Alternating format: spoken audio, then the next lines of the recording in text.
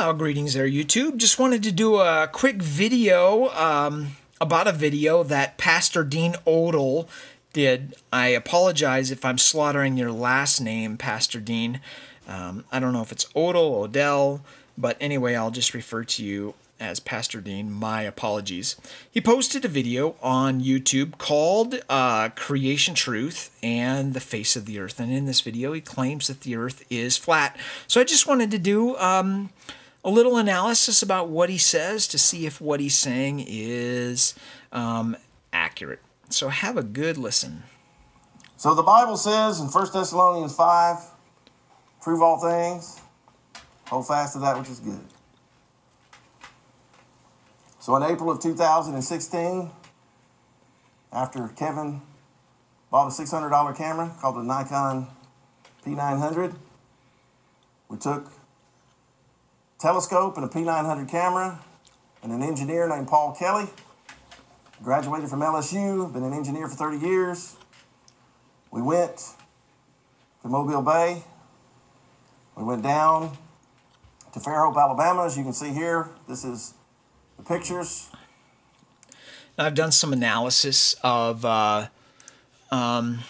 Pastor Dean's statements, and I would totally agree that he is where he says he is. He is somewhere along this shoreline near Fairhope. He's back in the trees, as we'll see from some of the photos he posted. But I will totally agree that he is where he says he is. From Fairhope, north, northwest, depending at, again, the different little points up there that you're looking at, 11 to 13 miles.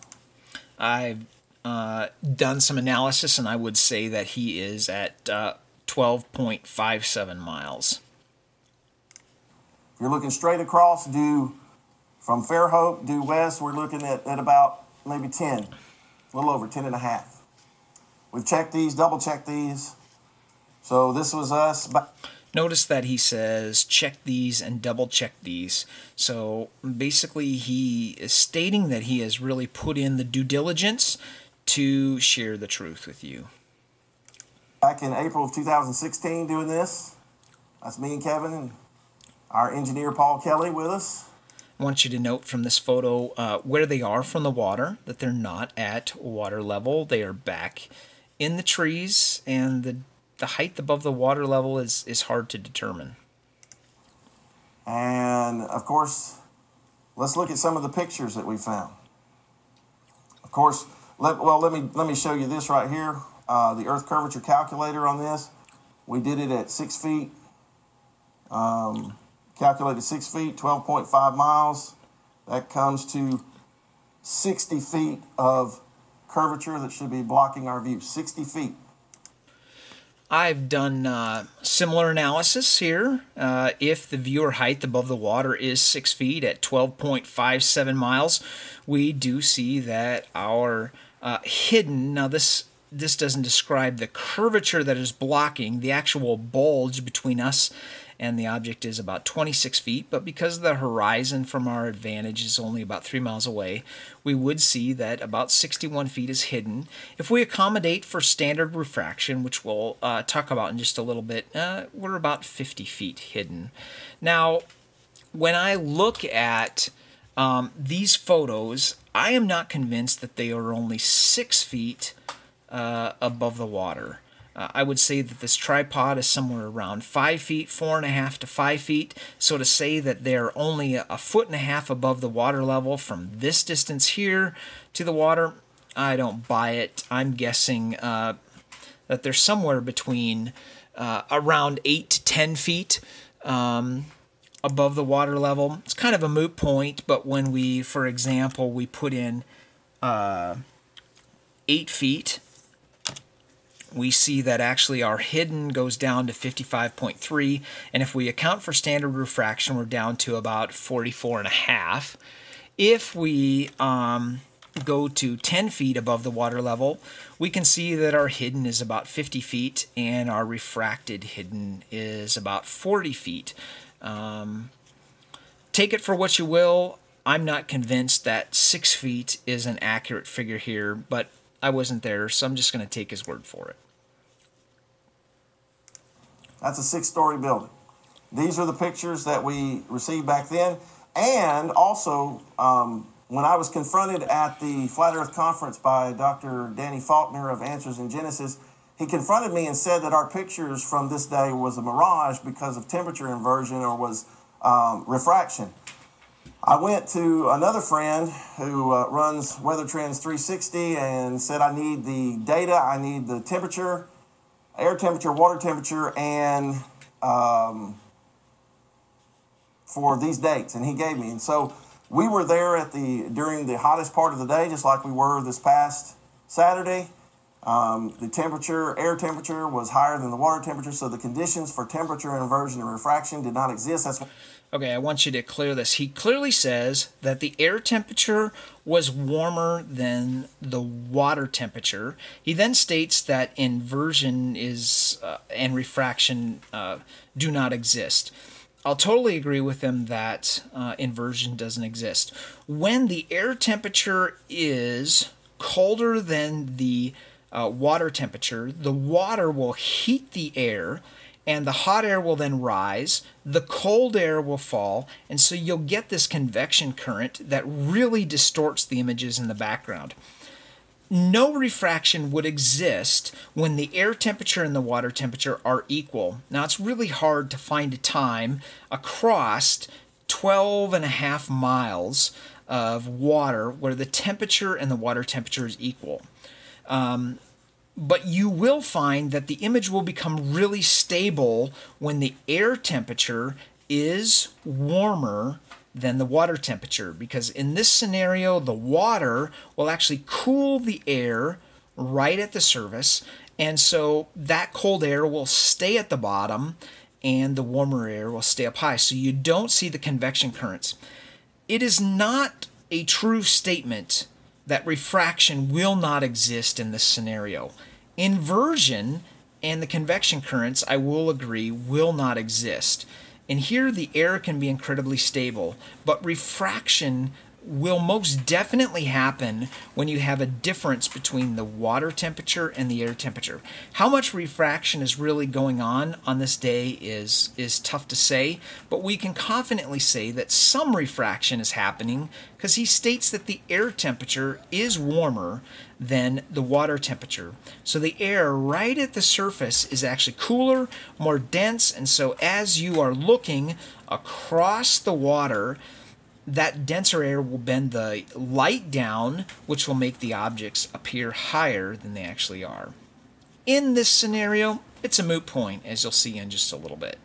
Why we got such clear pictures at 12.5 to 13 miles. That's why we can see a boat sitting in the water under a loading crane in Mobile Port.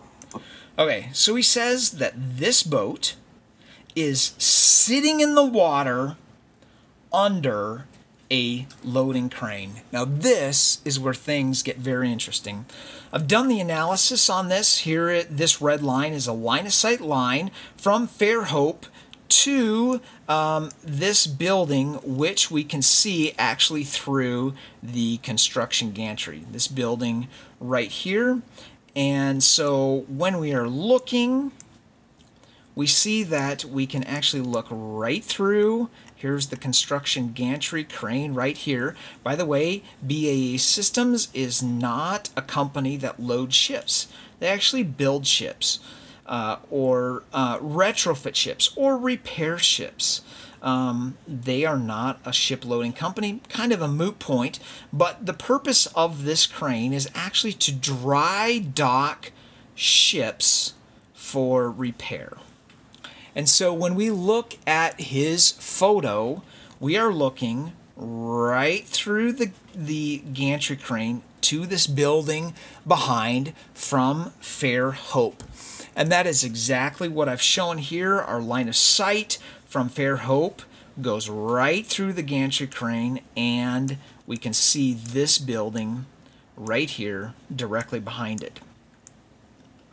Now he states that this ship is in the water, and we can see that any ship that is under this crane at this point cannot be in the water.